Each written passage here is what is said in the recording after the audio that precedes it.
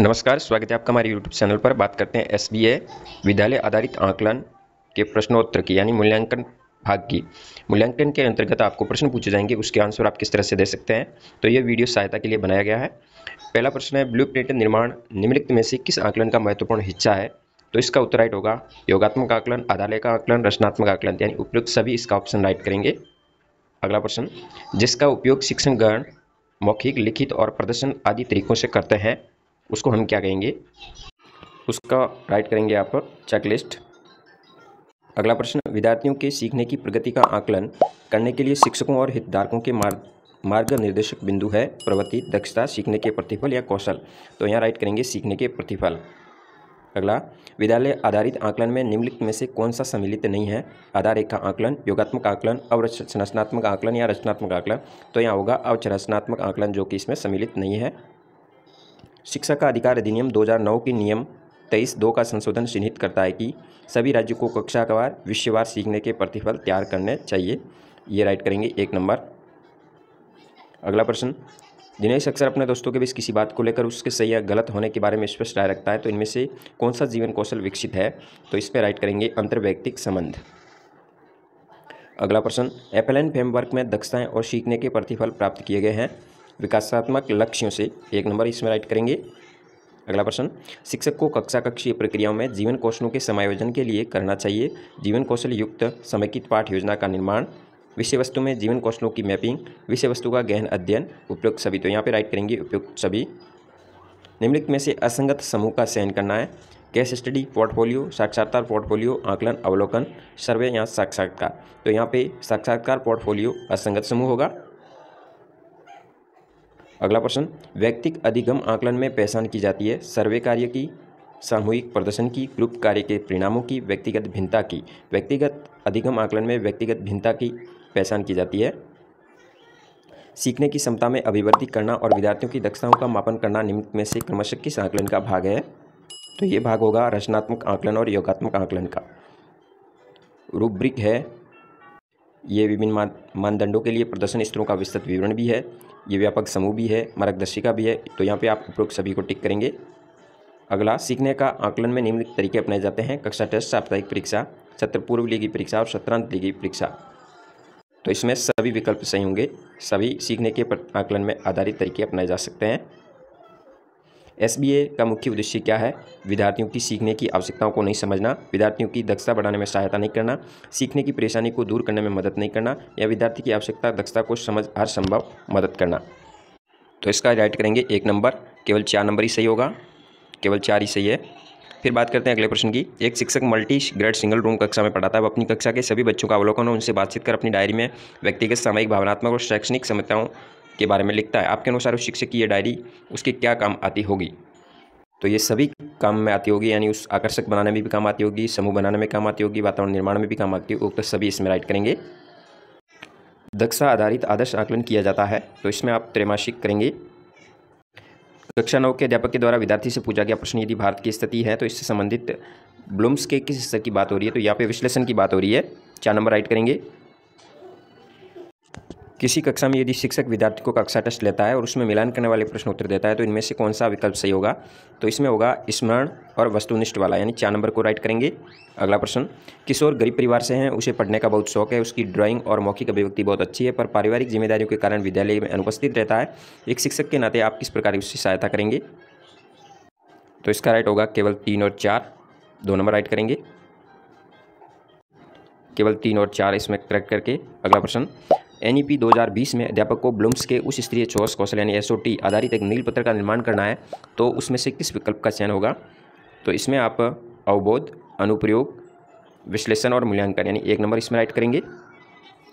अगला प्रश्न, वह उपकरण जिसका अंतर्संबंध चेकलिस्ट, पोर्टफोलियो, परीक्षा, उप रिकॉर्ड आदि से साथ हैं, तो उसको कहेंगे आप रूब्रिक्स नाम देंगे। तो यहाँ पे रूब्रिक्स को टिक करेंगे।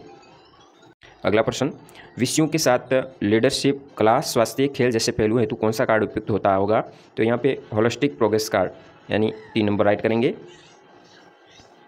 अगले प्रश्न, निम्न में से सुमेलित नहीं है। तो यहाँ पे सुमेलित है समाज आलोचनात्मक चिंतन, ये सुमेलित नहीं है, इसको करेंगे 3 नंबर को। अगले प्रश्न में आपको मिलान करना है। योगात्मक आकलन, रचनात्मक आकलन, आधार रेखा आकलन और आकलन उद्देश्य, इनका मिलान करना है।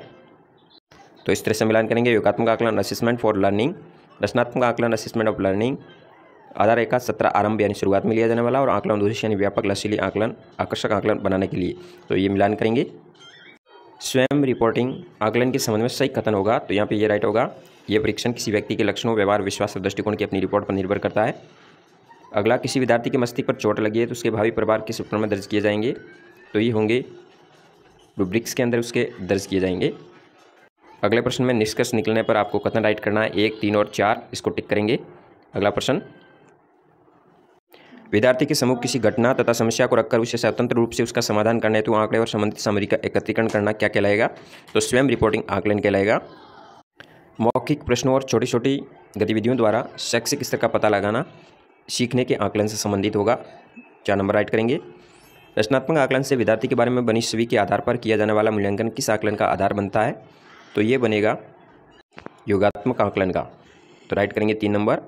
अगला प्रश्न, रूब्रिक के मापदंड होते हैं, तो इसमें राइट करेंगे चेकलिस्ट, प्रदत्त कार्य, आकलन और परिणाम।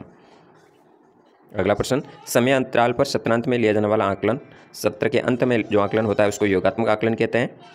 सत्र के प्रारंभ में लिया जाने वाला आकलन आधार रेखा आकलन कहलाता है। वह उपकरण जिसका उपयोग सीखने के लिए आकलन, सीखने के रूप में आकलन और सीखने का आकलन, इन तीनों रूपों में होता है, उसको हम चेकलिस्ट कहेंगे। तो यहाँ पे चेकलिस्ट के ऊपर टिक लगाना है। साथ ही समूह आकलन किसे कहते हैं, अपने सीखने की प्रगति का खुद से आकलन, अपने सीखने की प्रगति का शिक्षक से आकलन, या अपने सीखने की प्रगति का साथी समूह से आकलन। तो यहाँ साथी समूह से आकलन को टिक करेंगे। जो डाटा किसी विद्यार्थी के संबंधों के बारे में सूचित करता है वह कहलाता है, वो कहलाएगा प्राइमरी डाटा। तो यहाँ पे प्राइमरी डाटा पे क्लिक करेंगे। विद्यार्थियों को कक्षा में कहा गया कि वे विश्व महाद्वीपों को बड़े से छोटे क्रम में जमा कर लिखे, उनसे कौन से कार्य सीखने के रूप में आकलन होंगे, तो इसमें 1, 3 और 4 कथन सही होगा, तो इसको टिक करेंगे। अगला प्रश्न, निम्नलिखित समूह में से कौन सा समूह होलिस्टिक प्रोग्रेस कार्ड की सभी स्टेज को बताता है, तो यहाँ पे होगा foundational stage, preparatory stage, middle stage और सेकेंडरी स्टेज, इसको टिक करेंगे। अगला प्रश्न, राष्ट्रीय शिक्षा नीति 2020 के अनुसार शैक्षिक सामग्री का उद्देश्य है तकनीकी के रूप में दक्ष व्यक्ति तैयार करना, अच्छी नौकरी प्राप्त करना, उस शिक्षित व्यक्ति में तैयार करना, या बेहतर इंसान को तैयार करना, तो इसमें राइट होगा बेहतर इंसान को तैयार करना। एक शिक्षक के नाते आपको मालूम होता है कि अमुक विद्यार्थी का अधिगम स्तर निम्न है, ऐसी स्थिति में आप इनमें से कौन सी कार्रवाई करेंगे, शिक्षण प्रक्रिया को और प्रभावी बनाएंगे, प्रधानाचार्य को सूचित करेंगे, या फिर संबंधित विद्यार्थी के अधिगम स्तर को अभिभावक से साझा करेंगे, तो उक्त ये सभी कार्य करेंगे। शिक्षण कार्य के दौरान अवलोकन में संबलन देना कौन से आकलन का प्रकार है, तो ये होगा रचनात्मक आकलन का। तो रचनात्मक आकलन को करेंगे टिक। सहपाठी द्वारा दी जाने वाली प्रतिपुष्टि का, तो कथन राइट होगा शिक्षण अधिगम प्रक्रिया में उपयोग नहीं करना चाहिए। प्रदत्त कार्य के प्रदर्शन का आकलन कहलाता है कार्य पूर्णता, 2 नंबर राइट करेंगे। अगला प्रश्न, पोर्टफोलियो का अवलोकन निम्नलिखित में से किसका मुख्य भाग है, तो यहाँ राइट होगा ज्ञान अवलोकन, 1 नंबर राइट करेंगे। बात करते हैं अगले प्रश्न की। शिक्षक हिंदी विषय के वाक्य विन्यास बिंदु के पठन से पूर्व सीखने के लिए आकलन में किसकी जांच करेगा, तो यहाँ पे आप राइट करेंगे अर्थ प्रकट करने वाले शब्द समूह की जांच करेगा। निम्न में से समूह अधिगम आकलन नहीं है। सहपाठी अधिगम आकलन, सहयोगात्मक अधिगम आकलन, उपाख्यान अधिगम आकलन या समवयस्क अधिगम आकलन, तो इनमें से समूह अधिगम आकलन कौन सा नहीं होगा, तो वो होगा उपाख्यान अधिगम आकलन, 3 नंबर राइट करेंगे। अगला प्रश्न, विद्यालय आधारित आकलन की आवश्यकता है आकलन को और कठोर करने हेतु, आकलन में प्रश्नों की संख्या कम करने हेतु, आकलन को और लचीला करने हेतु, भय मुक्त वातावरण में आकलन हेतु, आकलन को और लचीला करने हेतु यहाँ पे आप टिक करेंगे 3 नंबर। प्रोजेक्ट यानी परियोजना तकनीक द्वारा आकलन क्या है, तो परियोजना को गतिविधियों में बांटकर छोटे छोटे कार्यों में बांटना और प्रत्येक कार्य का परीक्षण अनुमान लगाना इसका उद्देश्य या आकलन है, तो 1 नंबर राइट करेंगे। अगला प्रश्न, किस तकनीक में विद्यार्थी के समूह कोई घटना या समस्या को प्रस्तुत किया जाता है, फिर उसको स्वतंत्रता प्रदान की जाती है और वह समस्या का समाधान करने के लिए आंकड़े और अन्य संबंधित सामग्री एकत्रित कर सकते हैं, तो वो होगी केस स्टडी, 3 नंबर राइट करेंगे यहाँ पे। अगला, होलिस्टिक प्रोग्रेस कार्ड की प्रिपरेटरी स्टेज में किन कक्षाओं के लिए होता है, तो ये 3 से 5 के लिए होता है, ये सिलेक्ट करेंगे। अगला, NEP 2020 में विद्यार्थी के बहुआयामी विकास के लिए सुझाव क्या है, ज्ञान का आकलन हो, दक्षता का आकलन हो, व्यवहार का आकलन हो, जीवन जीने में मार्गदर्शन मिले, तो इसमें सभी विकल्प सही होंगे, 3 नंबर राइट करेंगे। वह दस्तावेज जो प्रमाणों के आधार पर किसी कार्यक्रम अथवा इकाई का महत्वपूर्ण आत्मविश्लेषण है जिसमें बाहरी सहकर्मी द्वारा समीक्षा करने से पूर्व उसका पूरा आकलन किया जाता है कहलाता है, तो इसका उत्तर राइट होगा परियोजना आकलन, 2 नंबर राइट करेंगे। अगला प्रश्न है, आकलन प्रक्रिया में एसपीसी की फुल फॉर्म क्या है? तो इसकी होगी होलिस्टिक प्रोग्रेस कार्ड, यानी 4 नंबर राइट करेंगे। अगला प्रश्न, प्रगति के साथ साथ संज्ञात्मक, भावनात्मक और साइकोमोटर के रूप में प्रत्येक विद्यार्थी की रिपोर्ट दर्शाने वाला प्रपत्र होगा, तो यहाँ पे होगा holistic progress card, 1 number right करेंगे। अगला प्रश्न, विद्यार्थी की जिज्ञासु प्रवृत्ति को माना जाता है परीक्षण, उपरोक्त सभी, केस स्टडी, साथी समूह द्वारा आकलन। जिज्ञासी प्रवृत्ति को माना जाता है, तो यहाँ पे आप करेंगे उपरोक्त सभी के ऊपर करेंगे टिक यहाँ पे। अगला प्रश्न, कौन सा प्रोग्रेस कार्ड 360 डिग्री आकलन करता है? तो ये होता है holistic progress card, 2 number right करेंगे। अगला प्रश्न, उपलब्ध विकल्पों में से एक विकल्प या क्रिया सुनने की क्षमता है, वो है समस्या समाधान में, तो यहाँ पे आप समस्या समाधान राइट करेंगे, 3 नंबर। अगला प्रश्न, एनईपी 2020 के आकलन के मूलभूत मार्गदर्शक सिद्धांतों पर चर्चा की गई है।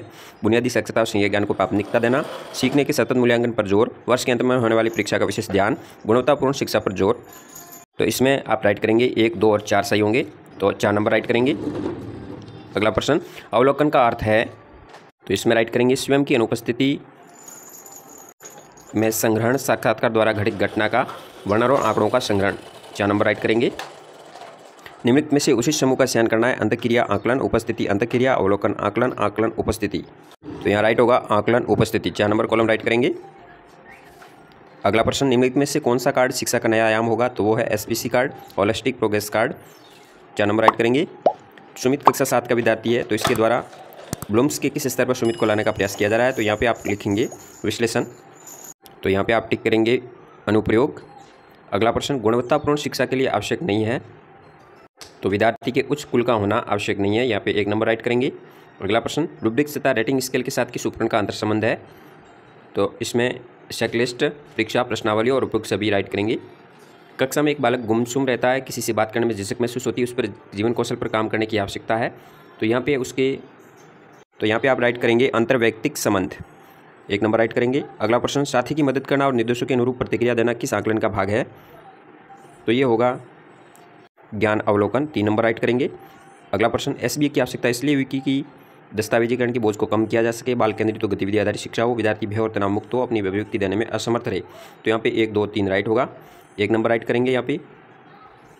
अगला प्रश्न, विद्यार्थी की शैक्षिक यात्रा को दर्शाने वाला जीवंत उपकरण है, शैक्षिक यात्रा को दर्शाने वाला जीवंत उपकरण होगा पोर्टफोलियो। अगला, निम्न में से दक्षता आधारित शिक्षा का प्रतिफल नहीं है, तो यहाँ पे राइट होगा वार्षिक परीक्षा में उच्च अंक प्राप्त करते हैं ऐसा कोई ज़रूरी नहीं है, तो ये प्रतिफल नहीं होगा। सीखने के मिश्रित मॉडल का अर्थ है ब्लेंडेड लर्निंग, यानी 1 नंबर राइट करेंगे। तो इस तरह से आप टोटल 70 क्वेश्चन के आंसर दे सकते हैं और अपने इस वीडियो की सहायता से आप हल कर सकते हैं। धन्यवाद। जय हिंद, वंदे मातरम।